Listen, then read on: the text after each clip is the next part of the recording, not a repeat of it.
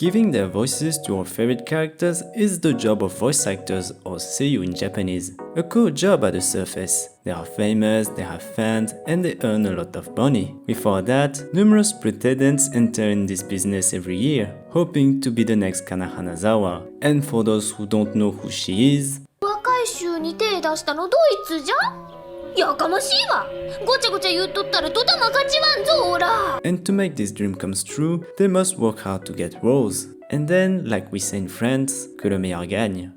Or this is supposed to be. Because if you think you're gonna get recognition only by being talented, I'm sorry to say that you are wrong. Since anime have become a mass media, great amount of money is on the line, and it has an influence on the final cast. Imagine that you make a pure killing performance, but in front of you, you got this popular actress. In your opinion, who's gonna be chosen for the role? I'm Vin from Anime Business, and here's why the most popular seiyuu are not always the best actors.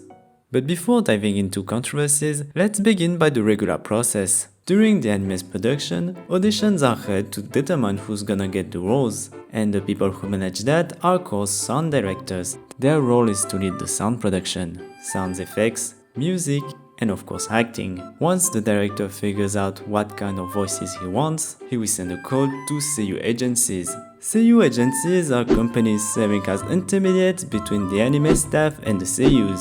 By pursuing commissions, they will transfer the calls to their affiliate workers through their managers. Being affiliate to an agency is almost mandatory for seiyuus, because agencies have websites listing the profiles and the voice samples of all their workers. And it's very practical for directors to already scout some interesting talents, like, let's say, yourself.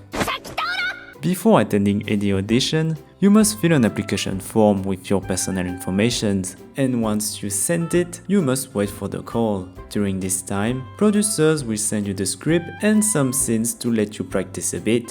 Finally, the audition takes place, and I hope you got well prepared, because you will have only 1 minute to sell yourself. So you must get right to the point and handle anything that can change things in your favor. For example, you are auditioning to play a big sister character. If you really are one, it would be a good point for you, because you would understand more easily what the character feels. Then you record the lines, and that's it.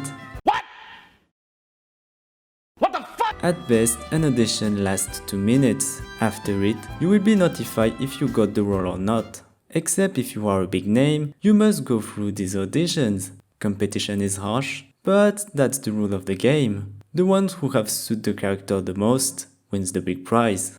But unfortunately, this is not always how reality plays out. Because the producers have a big word on the final cast. Of course, they are looking for good talents, but also profitable ones. Seiyuus are not only workers, they are also brands who can generate a lot of money. When an anime starts airing, Seiyuus promote it on live events like radio shows. And like regular actors, there will be always people who have a look at it, even if the show is horrendous.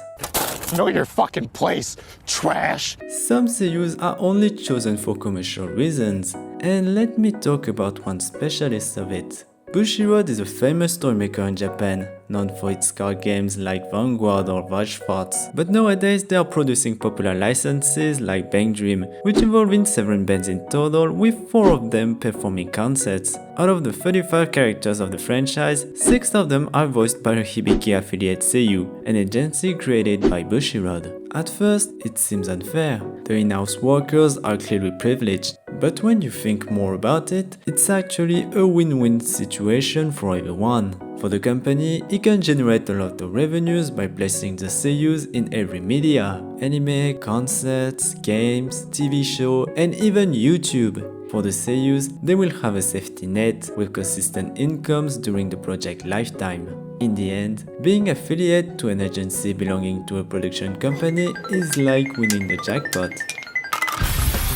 But if you didn't have this chance, your talent isn't enough. You must also have a strong corporate mindset, attend to parties, fill your business card order, and get along with the people who can give you some work. And through auditions and this business etiquette, you may eventually reach success. With all the steps you went through, you deserve to savor the moment, and you should do so, because it won't last forever.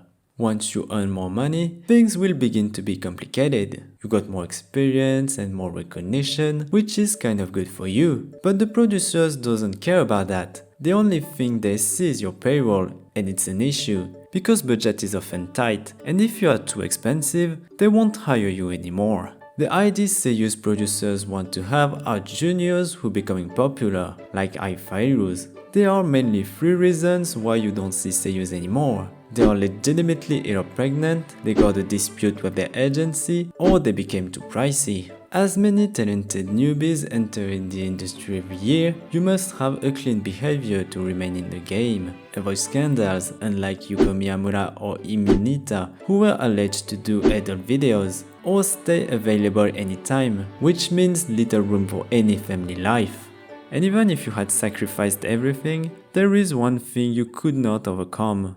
Past your late 30s, you will be already at the dawn of your career because you're too old. Producers are still looking for young seiyus because they are more attractive to young audience, and the other one by the way. To do so, they are leading an endless scouting to renew the talent pool. So when your time has come, you must think about what you're gonna do after your career.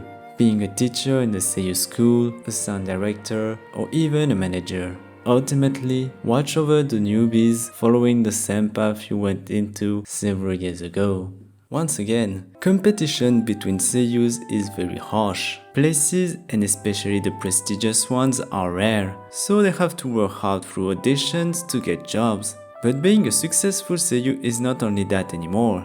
Nowadays, they must know many things like singing or hosting, but most importantly, selling themselves. In this overcrowded business, they must jump on any opportunities they get, and they will have a lot when they are juniors, because they are young and cheap. But once they become too expensive, they will have less jobs and eventually be forgotten. However, having no role in anime doesn't mean their careers is over at all. They can still do movie dubbing or commercials, which are better paid, having a new career as a singer or as an actor, or living the personal life they sacrificed in the first place. If your dream is to become a voice actor, or if you just like hearing their performances, never forget that the best seiyus are not only the best performers, but also the best sellers.